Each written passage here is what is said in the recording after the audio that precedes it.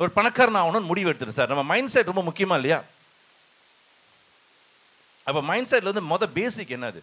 நீங்கள் எடுக்கிற வருமானம் இருக்குல்ல, இப்போ இருக்கிற வருமானத்துலேருந்து அந்த எக்ஸ்ட்ரான்னு ஒன்று வரும்ல, எல்லாம் கட்டி வீடு காசு எல்லாம் காசும் கட்டி முடித்த பிறகு அந்த எக்ஸ்ட்ரா காசு எடுத்து பிஸ்னஸ்க்கு தயார்படுத்துங்க. rather than buy extra, changing handphone, changing TV. No கையில் எக்ஸ்ட்ரா காசு இருந்தால் நான் என்ன செய்யலாம், இது எப்படி நான் பெருசாக ஆக்கணும், அந்த மைண்டில் ஓட விட்டுருங்க. அந்த இன்ஜினை ஓட விடுங்க. It's okay. வாட்டி 300 வெள்ளி 400 வெள்ளி இன்வெஸ்ட் பண்ணுறீங்க, you don't making, it's okay. At least முயற்சியாச்சும் பண்ணீங்களா? அங்கே அப்படி தான் ட்ரை பண்ணோம். ஓகே. ஆனால் அதே நேரத்தில் இன்வெஸ்ட் பண்ணுறது பிளைண்டாக இன்வெஸ்ட் பண்ணாதீங்க. ப்ராடக்ட்டில் கம்பெனியில் ஒன்றும் இல்லை, அங்கே போயிட்டு டோன்ட் கொடுக்குற ப்ராடக்ட் காசுக்கு உங்களுக்கு பொருள் கிடைக்கணும். அந்த பொருள் தேவையான பொருளாக இருக்கணும், யூஸ் பண்ணுற ப்ராடக்டாக இருக்கணும். அந்த ப்ராடக்ட் எடுத்து நீங்கள் விற்று திரும்பி காசு செய்ய முடியணும். இதெல்லாம் நீங்கள் யோசிக்கணும். ஸோ அப்படி யோசிச்சு நீங்கள் இன்வெஸ்ட் பண்ண தப்பே கிடையாது. You can do that. Simple, அழகாக நீங்கள் பிளான் பண்ணிக்கலாம். So must make some money, அதில் கண்டிப்பாக வரணும். அந்த அண்டர்ஸ்டாண்டிங் வந்துட்டிங்கனால யூ கேன் ஸ்டார்ட் இந்த பிஸ்னஸ் நீங்கள் இருக்கிறீங்க அர்த்தம். அந்த புவர் மைண்ட் செட் நான் என்ன சொல்லுவேன்னா, இந்த எண்ணத்தில் வந்து முன்ன நம்மளுக்கு சொல்லுற பாடம் தான். எங்கள் அம்மா அப்பாலாம் அந்த காலத்தில் என்ன சொல்லுவாங்க, காசு கேட்டால் என்ன சொல்லுவாங்க, மரத்துலையா காய்க்குதுன்னுவாங்களே, அதெல்லாம் நெகட்டிவ், டோட்டலி நெகட்டிவ். அது வரக்கூடாது. மரத்தில் காய்க்குதுன்னு சொன்னால் என்ன அர்த்தம், நம்ம பணம்னாலே கஷ்டம், பணம் கேட்டாலும் ஏசுவோம், பணக்காரனை பார்த்தாலும் ஏசுவோம், பணம் இருந்தாலும் ஏசுவோம், இல்லைனாலும் ஏசுவோம், கூட பணம் இருந்தால் பணம் பேயின்றோம், பணம்னு அலையிறானுவோம், காசு இல்லாமல் என்னையா பிச்சைக்காரமாக இருக்கணுங்க. ஸோ என்னது, பணத்துக்கு சரியான கெட்ட பேர். ஸோ அந்த மாதிரிலாம் விரட்டக்கூடாது. அது மைண்ட் செட். அதை பார்த்தீங்க, அது வந்து பூரோட ஒரு திங்கிங். ஏன்னா இந்த உலகத்தில் நீங்கள் நல்லா அப்சர்வ் பண்ணி பார்த்தீங்கன்னா, என் லைஃப்பில் நான் பார்த்து 2 விதமான மனிதர்கள் சந்தித்தேன். ஒரு மனிதர் என்ன செய்கிறாங்கன்னா, எந்த நேரம் டிஸ்கரேஜ் பண்ணிக்கிட்டே இருப்பாங்க சரிங்களா. எனிதிங் யூ டூ, அது ரொம்ப தூரம் இல்லை, யோர் க்ளோசர் சர்க்கிள், யோர் அழகான சொந்தக்காரங்க, எதை வேணா சொல்லுங்களேன், முடியாது, கஷ்டம், சரி வராது, செய்யாத, பண்ணாத, தொச்ச ஏன் செய்யறீங்க, விட்டுருங்க, வேணா, பிஸ்னஸ் சரி வராது, நான் படிச்சு இந்த வார்த்தையை சொல்லி சொல்லி சொல்லி டோட்டலி முடிஞ்சு.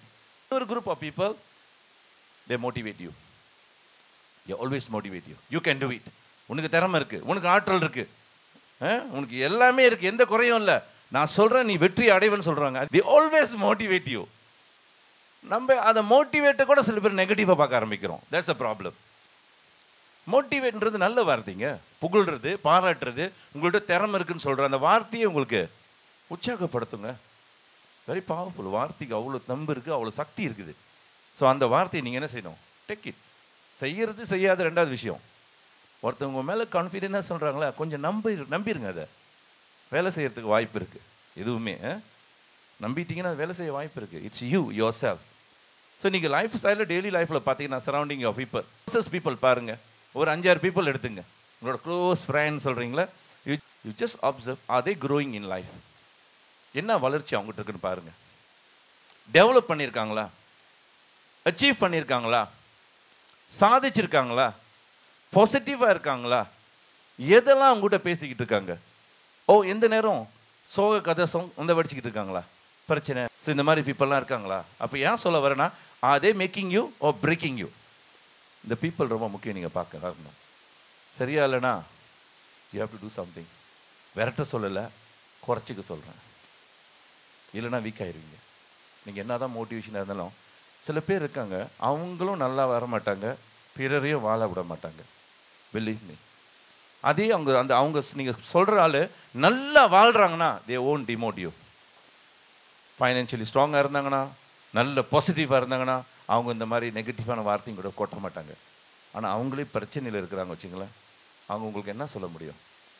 அதான் பீப்புள் சரௌண்டிங் முக்கியனுங்க. யாருக்கிட்ட எது ஆலோசனை கேட்கணுன்னா கூட அதில் அவங்க யாராக இருக்காங்கன்னு தெரிஞ்சு கேட்டிங்கன்னா உங்களுக்கு நல்லது. ராங்கான ஆள்கிட்ட சொன்னீங்கன்னா யூ கோ ப்ராப்ளம். ஸோ இதெல்லாம் வந்து நமக்கு படிக்க வேண்டிய விஷயம். அண்ட் பிஸ்னஸ் என்னை பொறுத்தவரை very simple. Understand the system and follow the system. ரொம்ப கஷ்டமான விஷயம் தான். அண்டர்ஸ்டாண்ட் பண்ணுறதும் கஷ்டம், ஃபாலோ பண்ணுறதும் கஷ்டம். ஆனால் இது உள்ளதான் உங்கள் வெற்றியே அடங்கியிருக்கு. ஏன் முயற்சி பண்ணி பார்க்கக்கூடாது? அதுக்கு நம்மளுக்குள்ள ஒரு பர்சனல் டிசிப்ளின் வரணும். குழுவோட வேலை செய்யணும்னா ஒரு டீமோட வேலை செய்யணும்னு சொன்னால் you must have a very lead by எக்ஸாம்பிள்னு சொல்லுவேன். Okay, don't mislead your people. மனுஷனுங்களை மிஸ்லீட் பண்ணாதீங்க உங்கள் சுயநலத்துக்காக. That's a problem. சரிங்களா? எனக்கு பேரு புகழ் வேணுன்றதுக்காக don't make use of people. That means you are not leader. Leader இல்லைங்க, மாட்டிக்கிட்டீங்க. அதேமாதிரி ஒவ்வொரு மனிதனுக்குள்ளேயும் அழகும் இருக்குது, அசிங்கமும் இருக்குது. ஓகே, ரெண்டு பக்கமும் இருக்குது. உங்களுக்கு அழகு தெரிஞ்சு அதோட போதும், எல்லாம் வேணாம். Then you become quality. Because உங்களோட மிஷன் சரியாக இருக்கணும். உங்களுக்கு வாட் ரியலி யூ வாண்ட், அதில் மட்டும் உங்கள் கவனம் சரியாக கொண்டு போங்க.